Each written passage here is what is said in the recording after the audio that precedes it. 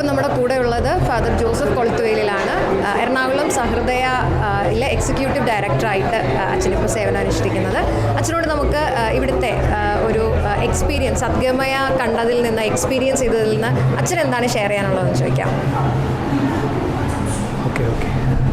എൻ്റെ പേര് ഫാദർ ജോസ്. എല്ലാവർക്കും നമസ്കാരം. ഞാനിപ്പോൾ ഈ ഏഞ്ചൽ ഹോമിൽ, ഏഞ്ചൽ സെൻട്രലിൽ, ഏഞ്ചൽ വില്ലേജിൽ നടക്കുന്ന സദ്ഗമയ പ്രോഗ്രാം കാണാനായിട്ട് എത്തിയിരിക്കുകയാണ്. ഒട്ടും അങ്ങനെ ഒരു വലിയ പ്രതീക്ഷയൊന്നുമില്ലാതെയാണ് ഇവിടെ എത്തിയതെങ്കിലും ഇവിടെ വന്ന് ഈ പ്രോഗ്രാമിൻ്റെ A to Z എല്ലാ സെഷൻസിലൂടെയും കടന്നുപോയപ്പോൾ ഇതൊരു വിസ്മയിപ്പിക്കുന്ന ഒരു അനുഭവമാണ് ഇപ്പോൾ നൽകുന്നത്. കാരണം ഒരിക്കലും കേരളത്തിൽ ഇങ്ങനെ ഒരു ഡിഫറൻ്റ്ലി ഏബിൾഡ് ആയിട്ടുള്ള ഭിന്നശേഷിക്കാരായിട്ടുള്ള ആളുകളുടെ പ്രശ്നങ്ങളെയും അവരുടേതായിട്ടുള്ള അവസ്ഥകളെയും കൃത്യമായിട്ട് വളരെ വ്യത്യസ്തങ്ങളായിട്ടുള്ള രീതികളിലൂടെ ആളുകൾക്ക് ബോധവൽക്കരണം കൊടുക്കുന്ന ആദ്യത്തെ സംരംഭമായിട്ടാണ് ഞാനിതിനെ കാണുന്നത്.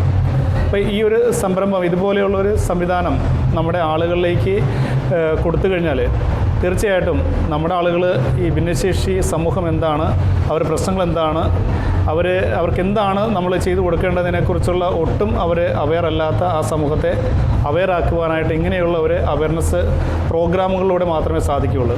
അത് ഈ കാലഘട്ടത്തിൻ്റെ ഏറ്റവും വലിയ ആവശ്യമാണ്. അത്തരത്തിൽ ഈ ഒരു സദ്ഗമയ എന്ന് പറയുന്ന ഈ ഒരു പ്രോഗ്രാം, പ്രത്യേകിച്ച് എക്സെപ്ഷണൽ ലേണിങ്ങിൻ്റെ വളരെ വലിയൊരു ഇനിഷ്യേറ്റീവോടുകൂടി നടത്തപ്പെടുന്ന ഈ പ്രോഗ്രാം, എനിക്ക് തോന്നുന്നത് ഇത് ഒരു ഹിസ്റ്റോറിക്കലായിട്ടുള്ള ഒരു ചരിത്ര മുഹൂർത്തമാണ്. ഇതൊരു തുടക്കമായിട്ട് ഇനിയുള്ള മറ്റ് ആളുകളിലേക്കും കൂടുതൽ ആളുകളിലേക്ക് ഇത് എത്തിക്കാനായിട്ടുള്ള ഒരു സംവിധാനമായിട്ട് ഇത് മുന്നോട്ട് കൊണ്ടുവരണമെന്നുള്ളതാണ് എൻ്റെ ഒരു അഭിപ്രായം. അച്ഛൻ പഠിച്ചത് ബിസിനസ് അഡ്മിനിസ്ട്രേഷൻ ആണ്, പക്ഷേ വർഷങ്ങളായിട്ട് സോഷ്യൽ വർക്കുമായിട്ട് ബന്ധപ്പെട്ട് വർക്ക് ചെയ്യുന്നുണ്ട്. സഹൃദയക്കാണെങ്കിലും 56 വർഷത്തെ ഹിസ്റ്ററി ഉണ്ട്. അപ്പം ഈ ഒരു കോണ്ടെക്സ്റ്റിൽ, ഇത്രയും വർഷത്തെ എക്സ്പീരിയൻസിൻ്റെ ഒരു കോണ്ടെക്സ്റ്റിൽ എനിക്ക് തോന്നുന്നു നമ്മളിപ്പോൾ നിൽക്കുന്നതും ആ ഒരു ടെക്നോളജി എന്ന് പറയുന്ന ഒരു ഏജ് ആണെങ്കിലും നമ്മുടെ പുറകിലുള്ളതാണെങ്കിലും വേൾഡ് സ്റ്റാബിനെ കുറിച്ചുള്ള ഡീറ്റെയിൽസ് ആണ്. സോ ഇപ്പോഴത്തെ കോണ്ടെക്സ്റ്റിൽ ടെക്നോളജി എത്രത്തോളം ഈ ഒരു ഏരിയയിൽ റെലവൻ്റ് ആണെന്ന് അച്ഛന് തോന്നുന്നത്? ഞാൻ ഒരു അച്ഛനാണ്. പഠിച്ചത് ബിസിനസ് അഡ്മിനിസ്ട്രേഷൻ, അത് പിന്നീടാണ്. ആക്ച്വലി ഒരു അച്ഛനെന്ന് പറയുന്നത് ഒരു എന്താണ് പറയുന്നത്, ഒരു മിനിസ്റ്ററായിട്ട് സമൂഹത്തിൻ്റെ എല്ലാ മേഖലകളിലേക്കും ഇറങ്ങുന്ന ആളുകളാണ്. അതുകൊണ്ട് തന്നെ എൻ്റെ ഏറ്റവും കൂടുതൽ എക്സ്പീരിയൻസ് 12 വർഷത്തെ പൗരോഹിത്യ പരിശീലനം എന്ന് പറയുന്നത് ഈ ക്രിസ്തുവിൻ്റെ പോലെ ഒരു ചൈതന്യത്തോടു കൂടി സമൂഹത്തിലേക്ക് അവരുടെ ആത്മീയ ആവശ്യങ്ങളും അവരുടെ സാമൂഹിക ആവശ്യങ്ങളും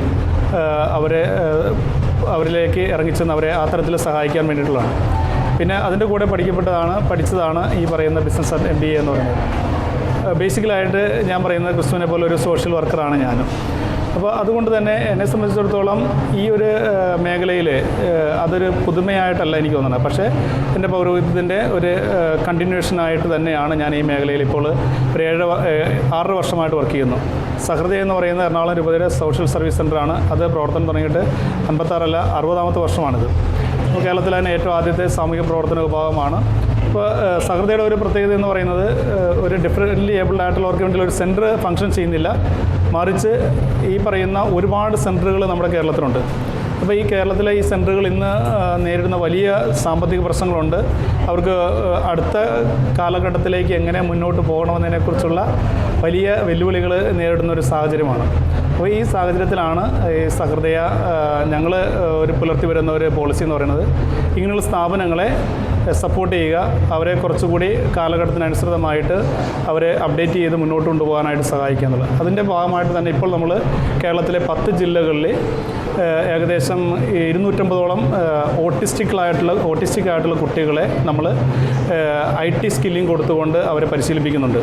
അപ്പോൾ ഈ ഒരു മേഖലയിലുള്ള എൻ്റെ ഒരു താല്പര്യം, ഈ ടെക്നോളജിയുടെ സപ്പോർട്ട് ഈ ഒരു മേഖലയിൽ ഇനിയുള്ള കാലഘട്ടത്തിൽ അനിവാര്യമാണ്.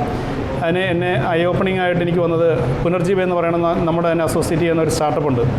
അവർ അസിസ്റ്റീവ് ടെക്നോളജിയുടെ ഒരുപാട് ഡിവൈസുകൾ വെർച്വൽ റിയാലിറ്റി വെച്ചുകൊണ്ടും AI-യുടെ സപ്പോർട്ടോടുകൂടി ഒരു 36ഓളം ഡിവൈസുകൾ ഡെവലപ്പ് ചെയ്തിട്ടുണ്ട്. അപ്പോൾ ഈ ഡിവൈസുകൾ ഉപയോഗിച്ചുകൊണ്ട് പരിശീലനം നേടുന്ന കുട്ടികളിലെ വളരെ ഫാസ്റ്റായിട്ടുള്ള ഡെവലപ്മെൻറ്റും ചേഞ്ചുകളും നമുക്ക് കാണാനായിട്ട് സാധിക്കുന്നുണ്ട്. അപ്പോൾ അതുകൊണ്ട് ടെക്നോളജി ഇതിനെ നമ്മുടെ ഈ ഡിഫറെൻ്റ് ലേബിളായിട്ടുള്ള കുട്ടികളിലേക്ക് കൊടുത്തു കഴിഞ്ഞാൽ തീർച്ചയായിട്ടും അവരിലെ വലിയ മാറ്റങ്ങൾ കൊണ്ടുവരാനായിട്ട് സാധിക്കും. രണ്ടാമത്തെ കാര്യം, ഈ ടെക്നോളജി എന്ന് പറയുന്നത് ഇന്നത്തെ കുട്ടികളുടെ ഈ ജനറേഷൻ്റെ ഒരു വളരെ പ്രത്യേകമായിട്ട് അവർക്കൊരു അറ്റാച്ച്മെൻ്റ് ഉള്ള ഒരു ഏരിയയാണ്. അപ്പോൾ അതുകൊണ്ട് തന്നെ ടെക്നോളജിയുമായി ബന്ധപ്പെട്ട ഏത് കാര്യങ്ങളും അവർക്ക് പ്രത്യേകമായിട്ടുള്ളൊരു ഇൻട്രസ്റ്റ് ഉണ്ട്. അപ്പോൾ അതാണ് നമുക്ക് കാണാനായിട്ട് സാധിക്കും. അതുകൊണ്ട് തന്നെയാണ് നമ്മുടെ IT സ്കില്ലിങ്ങിൽ 250ഓളം കുട്ടികളെ പരിശീലിപ്പിച്ച് ആ കുട്ടികളെല്ലാവരും തന്നെ സ്വയം തൊഴിൽ അവർ വിവിധ കമ്പനികൾ IT കമ്പനികളിൽ ജോലി ചെയ്യുന്നുണ്ട്. അതോടൊപ്പം തന്നെ അവർ ഓരോ സെൻറ്ററുകളിലിരുന്ന് ജോലികൾ ചെയ്യുന്നവരായിട്ട് മാറിയിട്ടുണ്ട്. അവരിന്ന് വരുമാനം ആർജിക്കുന്നവരായിട്ട് മാറിയിരിക്കുകയാണ്. അപ്പോൾ അതുകൊണ്ട് ഇനി ഈ വെർജിറ്റാബ് എന്ന് പറയുന്ന ഈ ഒരു ടെക്നോളജിയും അതിൻ്റെ കാര്യങ്ങളെക്കുറിച്ച് അറിഞ്ഞപ്പോൾ തീർച്ചയായിട്ടും ഈ ടെക്നോളജിയുടെ അടുത്ത ലെവലിലുള്ള പുതിയ ഒരു ഡിഫറെൻ്റ് ലേബിളായിട്ടുള്ള ഭിന്നശേഷിക്കാരായ കുട്ടികളുടെ പുനരധിവാസത്തിനും അവരുടെ ഡെവലപ്മെൻറ്റിനും വേണ്ടിയിട്ട് ഉപയോഗിക്കാൻ പറ്റുന്ന ഏറ്റവും നല്ലൊരു സംവിധാനമായിട്ടാണ് ഞാൻ വെർജിറ്റാബിനെ കാണുന്നത്. അതൊരു ഫ്യൂച്ചറാണ്. ടെക്നോളജി നമ്മുടെ നെക്സ്റ്റ് ജനറേഷൻ്റെ ഫ്യൂച്ചർ ആവുന്നത് പോലെ ഡിഫറെൻ്റ് ലേബിളായിട്ടുള്ള കുട്ടികളുടെ ഫ്യൂച്ചറായിട്ട് തന്നെയാണ് വെർജിറ്റാബിനെയും ഞാൻ കാണുന്നത്. ഓക്കെ. അപ്പോൾ അച്ഛാ, എനിക്കും അഭിമാനമുണ്ട്.